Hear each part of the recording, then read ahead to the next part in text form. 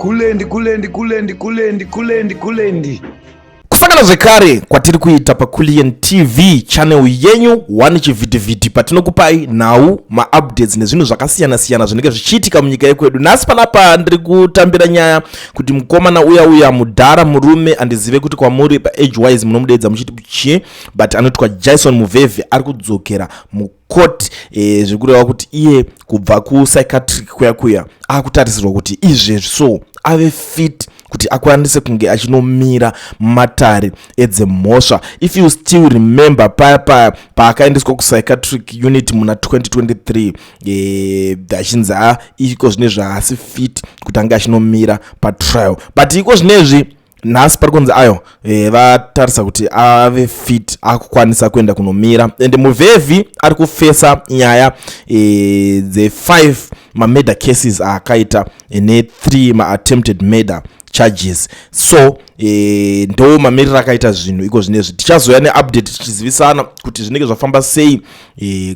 court ikoko because zvakawanda zvinenge zvichingoitika. Now ndichibva ipapo tiri pama-updates ipapo kune zvinhu zvakawanda zviri kungotaurika. Barbara Rodzi ari kunzvoni ane mahwana ake ekuti vakuchida kuchitaura nezvake. Minister of Tourism faces X. She's being accused of a number of issues that including the abuse of the name of the first lady to terrorize other party members, including chiefs with her auntie Councillor Hungwe, bribing ZANU-PF Chirumanzi DCC, stealing ZITF funds among other cases. So ukaona kuZANU-PF watanga kutaurwa unogona kungomuka yakaitwa Winston Chitando inezuro. If you remember, Winston Chitando ndiye ane this legacy, is the one who donated this. I don't know why varuma vachida kusekesa nyika yedu to this extent kuti chii chazvizvo chavanenge vakutiitira ipapapa zvokuti munhu anonzi adonata kanhu kakaita sekakaka, zvinhu zvekuti zvinotirwadza. Right, pane nyaya imwe iri kunetsa mazuva ano, nyaya yemukomana uyo anoitwa Owen. Owen nyaya yake yarwadza vanhu vakawanda zvasvika kuti vanhu vasvika pakuti ivedu ona vabereki vatochemberani.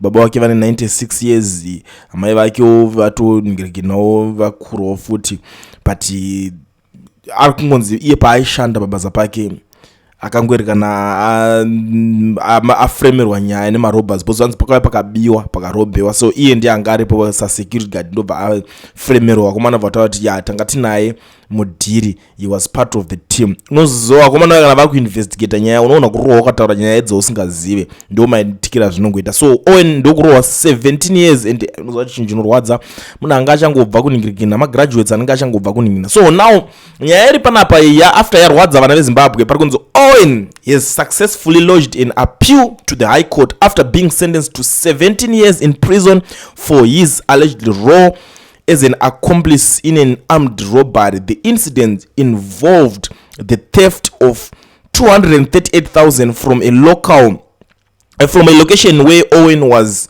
working as a security guard.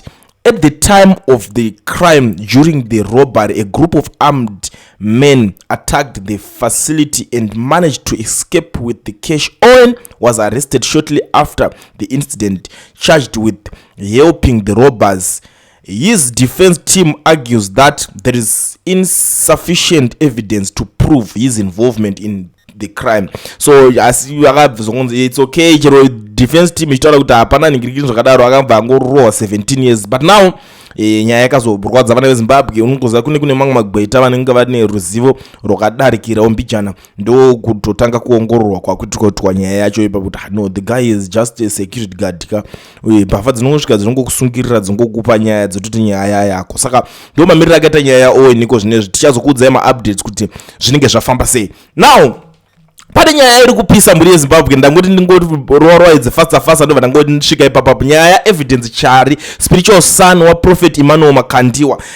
This guy I think anogononga akatoudzwa naMakandiwa kuti I think chimbosiya zvese zvokurana marozi. I remember last time pandakapedza kutaura nyaya yake tichitaura kuti iwe konoona usingakwanise kuhandla marriage dzako chinji. I don't think kuti unofana kutrustwa ne any position in the church. Unofana kumbogara pasi wombotanga wagadzirisa nyaya marriage dzako wozodzoka wa fit and strong. But zvandiri kuona panapa ari kubuda achiti due to recent and unfortunate developments in my personal life, I have made the decision to withdraw from my ministerial duties and social platforms with immediate effect. At this time, I cannot continue to lead, teach, or influence from a position that is not fit for sound leadership. My platforms will be inactive until further notice.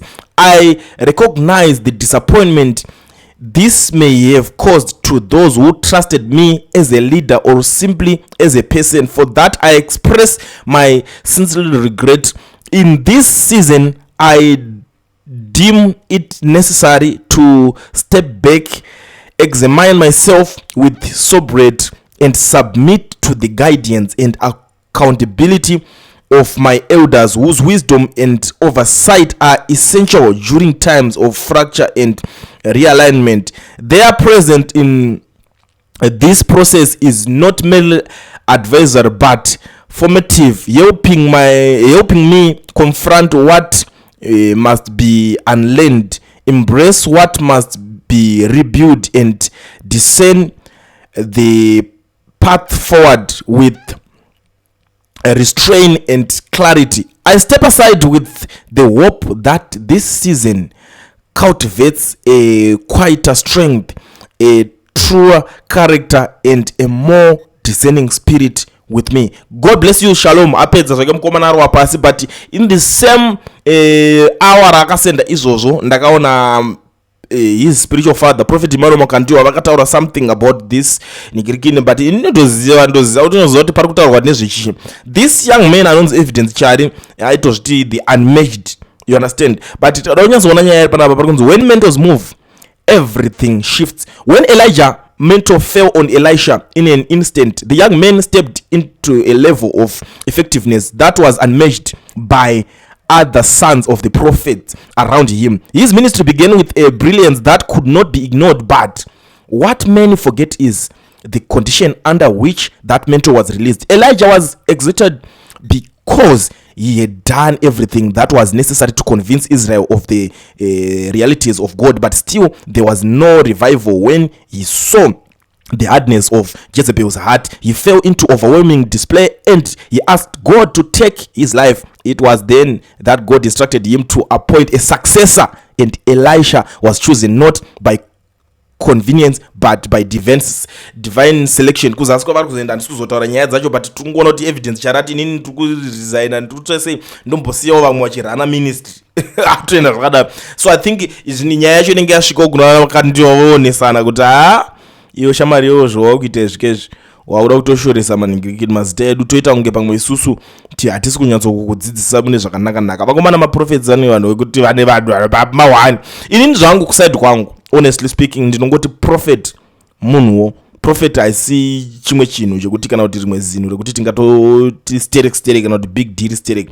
Ndinongoti prophet is just a human being, like munhu wese. Ndo mataurire andokwanisa kungozviita, ndo mashoko angu kuti prophet unonzwa kuti prophet anozodai, maprophets anozodai, so but hapana ikanyanya sereka. But muri Zimbabwe, without wasting much of a time, ndo zvinhu zviri kuitika mastreets esocial media iko zvinezvi. Handizivi kana pane imwe nyaya yandasirira, but kana dziripo nyaya dzatinenge tasirira tichazouya ndichionesana nemi tichitaurirana kuti toita sei, toningirina chii chinenge chatora nzvimbo, maupdates mamwe anenge ari kuzodiwa ari necessary. Asi nhasi tangoti rekedza titangire dhiye redu panapa tichizivisana zvinhu zviri mumastreets ese esocial media. Nyaya dzandangouya nadzo ndidzodzo. I hope kuti hapana munhu azoita kakurasika kubva pandatangira nyaya yacho. Tikutaura kuti Muvhevhi ari kudzokera mukoti nhasi, uya wekunzi ane mamedha ningirikina ake, mamedha cases ari kufesa aya 5 ne3 maattempted murder. And tikutaura kuti Barbara Rodzi ari kuaccuswa zvakanyanya, vakutanga kumufaita, maybe varoda kumufaya sezvo vakaita Winston Chitando welegacy yake kugadzira tunhu tusina nebasa rese. And tikubva tati Owen abva isa inonzi ningirikini yaari kuita appeal. That guy anonzi Owen ari kuita appeal yake ningirikini yatoendeswa kucourt kuti nyaya yake inoongororwa kuhigh court, nyaya ye17 years yaakapiwa iyaiya. So nyaya yacho yaita se yakuenda kunoongororwa paoneka kuti zvinoningirikana sei, zvinonofamba sei, ende tiri kuti futi chi evidence chari spiritual son waprofeti Makandiwa akaita step down mushure mekunge anrambana nemukadzi. Ndo situation dziripo, ndo nyaya dzirimo mumastreets. So ndisandaenda zvangu rega ndichitoshandisa mukana kubva ndatozivisa vanhu kuti kana uchinge uri muSouth Africa uchida kuregisterwa company ubva vhurwa FNB business account usina work permit kana kuti study permit, mazuva ano zviri nyore, zviri easy. Pane company inonzi Education Research inotungamirirwa nana Mukoma Owen, ndo yega company inokwanisa kuregistera company okuvhura FNB business account. So unofanira kungoita chete iwewe kutora namba dzindienda kusirai pascreen idzo, motaura navo vanokuitirai, ende hazvitombonide kutravela zvakanyanya kana kuti kufamba zvakanyanya uchienda kwavari kwavanoitira, vanokubatsira vari kwavari ikoko.